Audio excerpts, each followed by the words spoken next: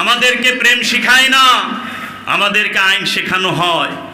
আমরা আইন শিখি, প্রেম শিখি না। আমাদেরকে বোঝানো হয় কোরআন হচ্ছে জীবন বিধান। কোরআন কি জীবন বিধান?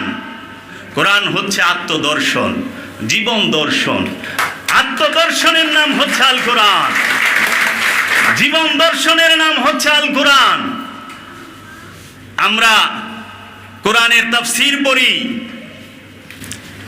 আমরা কোরআনের তাফসীর পড়ি, আমরা আরবি ভাষার তাফসীর পড়ি, আমরা আরবি ভাষার তাফসীর পড়ি। কারণ আল্লাহ নিজে বলতেছে যে এই কোরআন, আমার এই কোরআনকে তাফসীর করে শেষ করা যাবে না। তুমি সমস্ত পৃথিবীর পানিগুলাকে কালি বানাও, গাছগুলাকে কলম বানাও, তাও শেষ করতে পারবে না। শুধু তাই না, 7 বার কালি 7 বার কলম বানাও, তাও পারবে না। এই কোরআন এত বিজ্ঞানময়, এত বিজ্ঞানময়। সেটা কোন কোরআন? কোরআনের 2টা রূপ, একটা মেজাজি রূপক, একটা হাকিকি।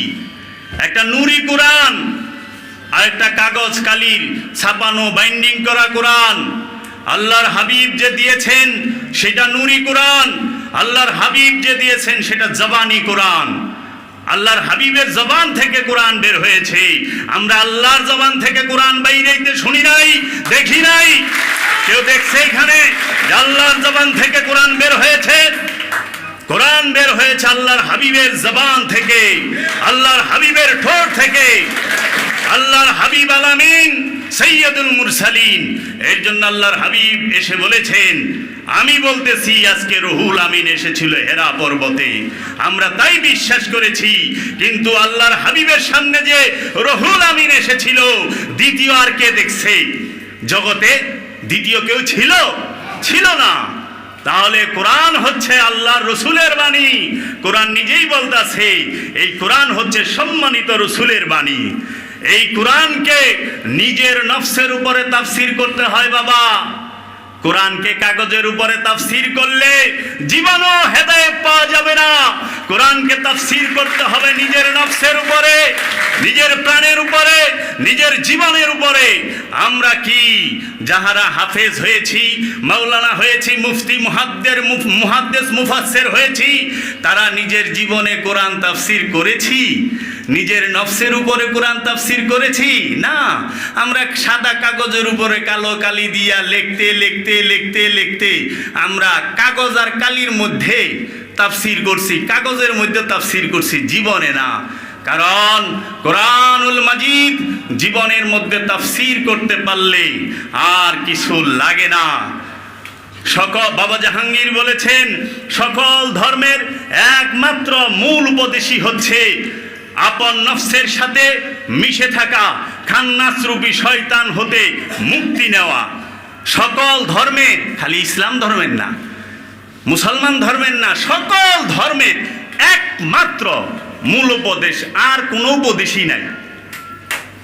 এই একমাত্র মূল উপদেশ, সেটা কি?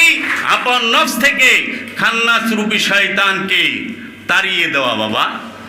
এখন আসেন, আমরা যে এই শয়তানকে তাড়াবো, শয়তান থাকে কই? আমরা জানি না। নফস কি? আমরা জানি না। নফস কাকে বলে? আমরা বুঝি না। রূহ কাকে বলে? আমরা বুঝি না। বাবা জাহাঙ্গীরের কিতাব পড়েন, আপনারা বুঝতে পারবেন। বাবা জাহাঙ্গীর বলেছেন, সারা পৃথিবীতে সমগ্র সৃষ্টি জগৎ 3 পাকে বাঁধা, 3টা জিনিসের ভিতরে বন্দি, 3টা বিষয়ে। প্রথম নফস, খান্নাস, রূহ। নফস হচ্ছে প্রাণ, খান্নাস হচ্ছে কামনা মায়া, আর রূহ হচ্ছে রব্বুল আলামিনের আদেশ আমর। যদি উলঙ্গ করে বলা হয়, স্বয়ং আল্লাহ রব্বুল আলামিন নিজেই যে বীজ রূপে যেই নফসের কাছে থাকেন, সেই রূপটাকেই বলা হয় রূহ। সমগ্র সৃষ্টি জগৎ এই 3 পাকে বাঁধা, নফস, রূহ, শয়তান রূপী খান্নাস। আল্লাহর আদেশ কি? আপন নফস থেকে খান্নাস রূপী শয়তানকে তাড়াও। কিভাবে তাড়াইবা? আল্লাহ রাব্বুল আলামিন সেই তাড়াবার জন্য যুগে যুগে কালে কালে সব সময় সর্বসময় আল্লাহর নবী পাঠিয়েছেন, আল্লাহ রসুল পাঠিয়েছেন এবং আল্লাহর ওলি পাঠাচ্ছেন, এবং এই সব সময় এই রেসালাত বেলায়েত চলমান। এখন নফস কি চিনি আমরা? কিভাবে চিনি? আমরা যখন সমাজের মধ্যে বড় বড় মুফতি মুহাদ্দিস মুফাসসিরদের আলোচনা শুনি, আমরা যখন অনেক বড় বড়, সবাই না অধিকাংশ পীরে কামেল আলোচনা শুনি যে ওনারা পীরে কামেল, মুর্শিদে মুকাম্মেল, মুজাদ্দেদে জামান, রুহের লেগা সওয়াব পাঠায়। ওরে বাবা রে বাবা, টিভি চ্যানেলগুলায় বসেন বড় বড় এক সাঙ্গারি তাগো খালি টাইটেলই, এক সাঙ্গারি টাইটেল তাগো নামের আগে পিছে, কিন্তু তারা টিভি চ্যানেলের মধ্যে বৈশা বলতাছে আজকে অমুকে মারা গেছে, তার রুহের মাগফিরাতের জন্য দোয়া এবং আলোচনা। এরা সারা জীবন কোরআন কি পড়লো, সারা জীবন কোরআনে কি শিখলো যে রুহের জন্য সওয়াব পাঠায়? এখন আমি একে একে একটু আপনাদের সামান্য ধারণা দিতে চাই। আল্লাহ রাব্বুল আলামিন নফসের হেদায়েতের জন্য, নফসকে পবিত্র করার জন্য আল্লাহ রসুল পাঠাইছেন। এখন আপনি যদি বলেন এর দলিল কোথায়, তো এই দলিল আপনাকে তো অবশ্যই দিতে হবে। আবার দলিল ছাড়া অনেকেই অনেক কিছু মানতে চায় না, দলিল তো লাগবেই, দলিল দিতেই হবে। আল্লাহ রাব্বুল আলামিন বলছেন ইউসাব্বিহু লিল্লাহি মা ফিস সামাওয়াতি ওয়া মা ফিল আরদিল মালিকুল কুদ্দুসুল আজিজুল হাকিম। আসমান এবং আসমানে এবং পৃথিবীর মধ্যে যাহা কিছু আছে সবাই আল্লাহর তাসবিহ পাঠ করছে। যেই আল্লাহ হচ্ছেন বাদশাহ, এইখানে বলতেছে মালিকুল, মালিক আরবি শব্দ, মালিকের বাংলা হচ্ছে বাদশাহ, ইংরেজিতে কিং। কুদ্দুস মহাপবিত্র, আজিজ সে পরাক্রমশালী, এবং হাকিম সে হচ্ছে হেকমত আলা, হেকমতের জ্ঞান, রহস্যের জ্ঞান যিনি দান করেন। তারপরের আয়াতে, এই আয়াতটি হচ্ছে সূরা জুমার 1 নম্বর আয়াত, দ্বিতীয় আয়াতে বলতাছে হুয়াল্লাযী বাআসা ফিল উম্মিয়িনা রাসূলাম মিনহুম ইয়াতলু আলাইহিম আয়াতিহি ওয়া ইউআল্লিমুহুমুল কিতাবা ওয়াল হিকমাতা।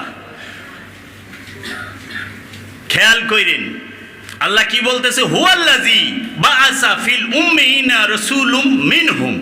হুয়াল্লাযী সেই আল্লাহ, আল্লাহকে আল্লাহ দেখেন মহানবীরে দিয়ে নিজের তারিফ করাইতেছে। প্রথমে বলছে না আল্লাহ 4টা শক্তি কি, সে বাদশাহ, সে মহাপবিত্র, সে পরাক্রমশালী এবং সে প্রজ্ঞাময়, এই 4 গুণ।